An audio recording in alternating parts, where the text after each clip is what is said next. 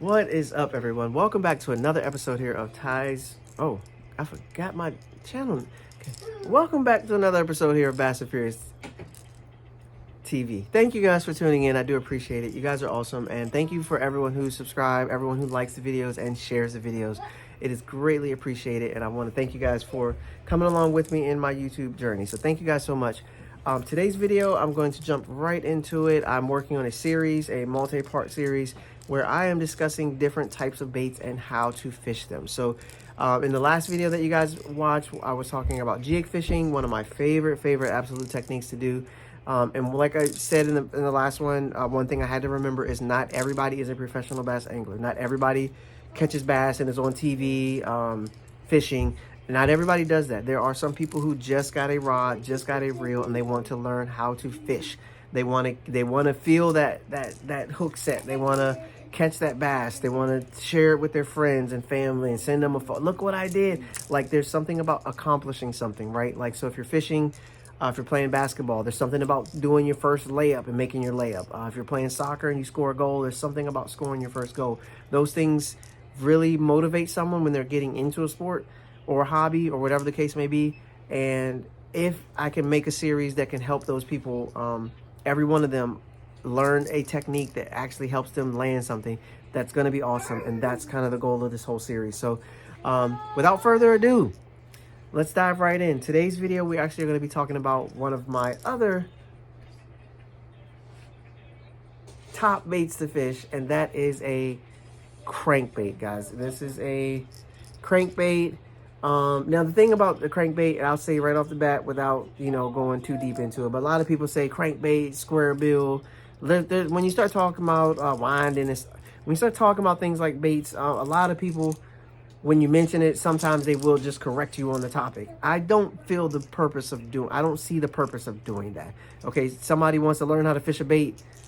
Let's learn how to fish a bait. So that's what we're going to do today. So crankbait is what I got in my hand. This is what we're going to be talking about: how to fish it, how to be effective fishing it, what to target when fishing it. And the second part of this whole series, this is going to be my first series. We're talking about how to fish certain baits.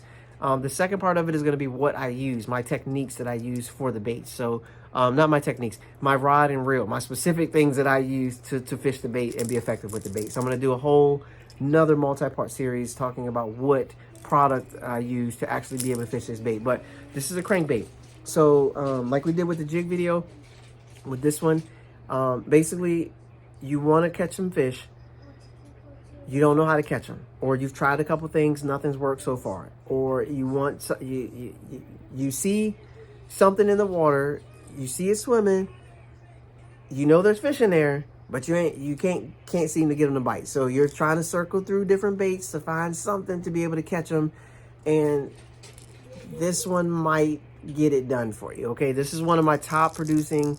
It's cashed me multiple checks. This type of bait here, this crankbait. I made up my own thing. Crankbill. Hey, don't take that. I might actually use that. But it's a crankbait. So basically, it's very simple. We'll start just base what it is. You go in the store, you walk down the aisle 17. Okay, you walk down the aisle. You look in the section called crankbait. You see it.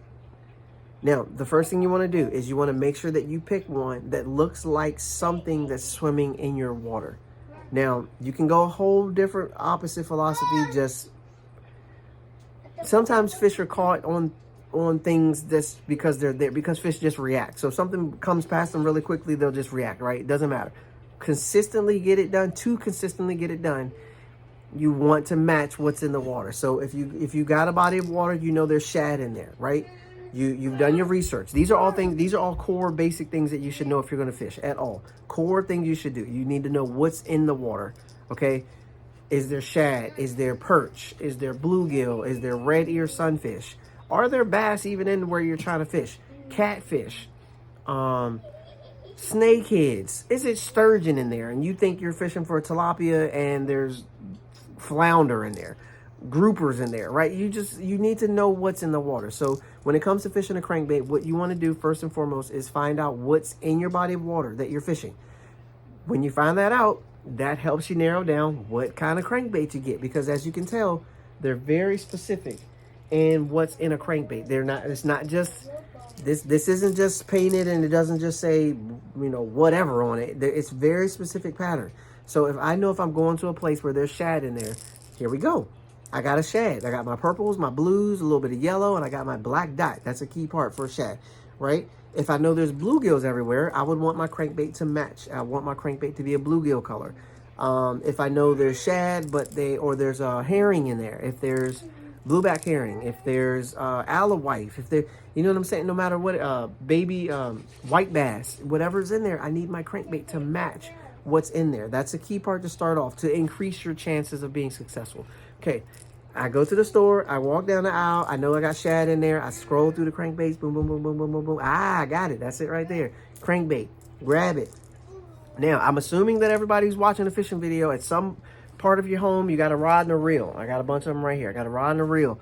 Okay, you basically, this as a crankbait, it has a hook right here. I'm sorry, a split ring right here.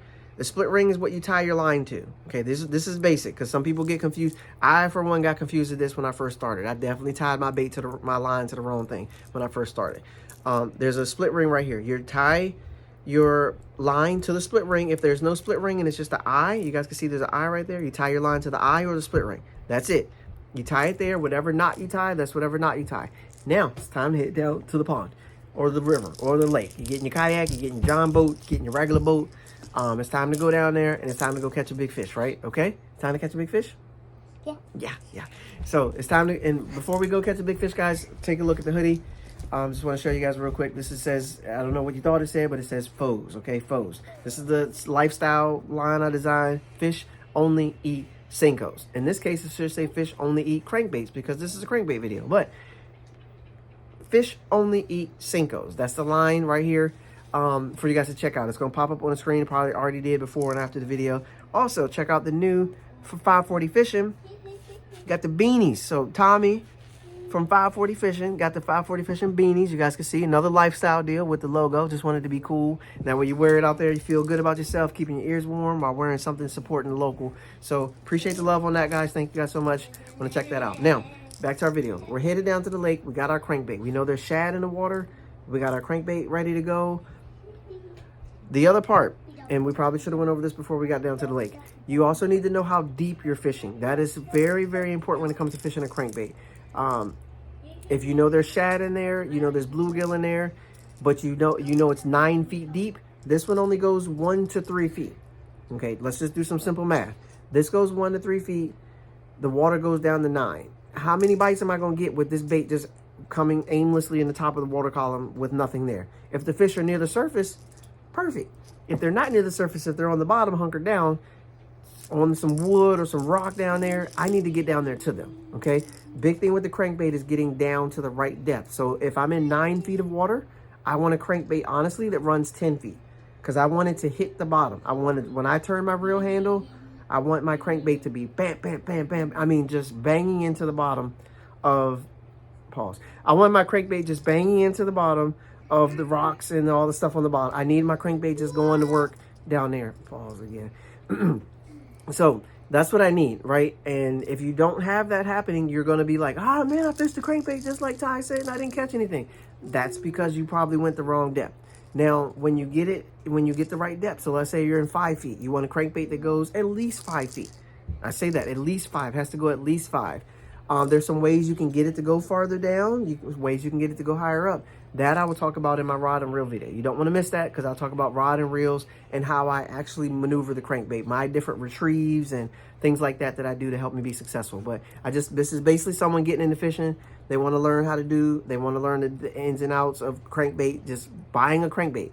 So we went to the store.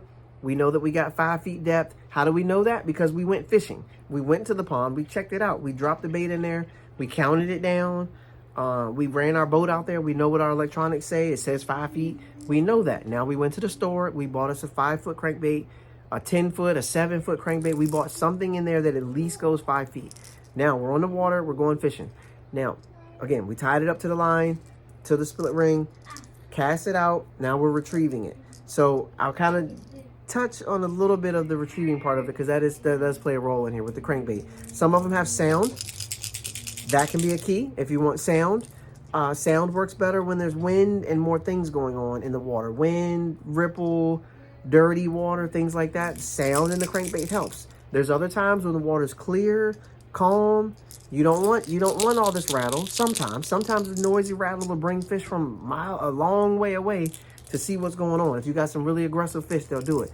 Other times you want a quieter one that you doesn't have as much of a rattle. You can barely tell. Basically, it just shows up beside the fish and the fish just react to it. They're like, it may not make noise, but because of the depth that we talked about earlier, it's banging into the bottom, and it comes and it just pops up next to the fish, and he's like, oh, nope, can't have that. They go get it, you got you a fish, just like that. So for the crankbait, I hope these were some helpful tips for you guys. We need to determine depth. We need to make sure we know what's in the water, that we're buying something to match what's going on in the water. And then we need our rod and reel. We get out there, we make our long cast. Now, there are things that you want to target when you're fishing a crankbait. A lot of times people like to just throw it out and reel it back and hope for the best. When you're fishing a crankbait, to get the most bites, you're going to have to put this crankbait where it may not look like it's going to be the best way to go. There are some crankbaits that are a little bit better at getting out of cover than others, so you might want to cycle through different brands. The DT6 from Rapala, phenomenal at getting in and out of stuff. The Jabberjaw by 13 Fishing, phenomenal at getting in and out of stuff. But there are some crankbaits that will just straight get hung up. As soon as you cast and turn, if you turn it into a piece of wood or cover, it'll literally just go and it'll get hung up. Watch out, it has hooks. It'll get hung up and your day will be done. You'll lose it, you'll donate it to the water, and that's it. But for example, if I got a tree in the water, a lot of people, they'll see a tree in the water like this, or like at an angle, the first thing they'll do is cast way over here somewhere because they don't want no parts of that tree. They'll bring it back. Cast way over here because they want no parts of the tree. If you want to get the bites, that may work. But if you want to get them, you need to put it right here beside the tree. Cast it out, have it come back, and have it bump into the tree, come over the tree. When it does that, that's when you're getting yourself the best chance at getting bites. That is solely when you're giving yourself the best chance at getting bites. If you got something if you got a stump in the water, go past the stump, cast it past it, bring it right to it. You can pause with it, let it float up a little bit if it's a floating one. If it's sinking one, it'll sink down. It'll float, then start back running it again like that. But there's so many different ways you can retrieve it. Technique. One of the key things to landing fish with it, though, is going to be the right rod and reel combo. So I'll talk to you guys about that as I get in the second part of the series. So make sure you subscribe. Make sure you hit the like button. Turn on that bell notification. Click that button. That way you get notified about the videos, because the next series after the baits videos will be the one with me talking about my technique specific, like my rod and my reel that I use, because that does play a key role. You might be getting the bites, but you might be losing every fish you get. So I want to give you some of the things that I've learned through trial and error, understanding, listening, seminars, talking to, watching, that help me improve on my landing rate for crankbait fish, because you do lose them because there is treble hooks. A lot of people like one big single hook, like our last video with the jig. They like one big single hook, setting the hook, driving it in, and flipping them in the boat. When you're fishing with a crankbait with these treble hooks, a lot of times they may have just barely got that one back hook. They might barely got one corner. It takes a little bit different to make sure you can get those fish in. Sometimes drag comes into play, the rod having the right amount of bend. A lot of those things come into play for landing fish when you get it. But I wanted this video to basically be able to show you guys that how to fish a crankbait, how to get a crankbait, what crankbait to buy, things like that can help you get started with crank. If you've never picked up one, you've never fished one, this will hopefully streamline your process when you go in the store. Because you understand, when you go shopping for stuff and you're looking in the crankbait section, there's going to be a million crankbaits in there. And you'll be like, ooh, that looks pretty. Ooh, that looks pretty. Ooh, I like the colors on that one. Oh, that one's good. But you see what just happened? That bait just caught you. Okay, it ain't gonna catch no fish, because none of that pretty stuff you looking at ain't in your water. It's not there. You're literally buying something that's pretty. It's your eyeballs say it's pretty. You buy it, you go fishing with it, you never catch nothing. You're mad because you spent $18 on a bait that doesn't do anything. You could have avoided that. You could have went to the section and got the $9 one, because it had one that looked like something that's where you're at. So that's going to be a key that I hope you guys understand, and that may help someone that's getting into fishing, help you narrow down the process of what to buy, what to get, and help you catch some giant fish. So thank you guys for tuning in. I appreciate it, guys. Hope you enjoyed the video. Again, be sure to share, like, subscribe, turn on that bell notification, as more and more videos will be coming your way with more tips, more techniques on how to catch these giant bass and be more successful on the water. Thank you guys for tuning in. As always, my Bass and Furious friends. I'll catch you guys on the next one. Peace.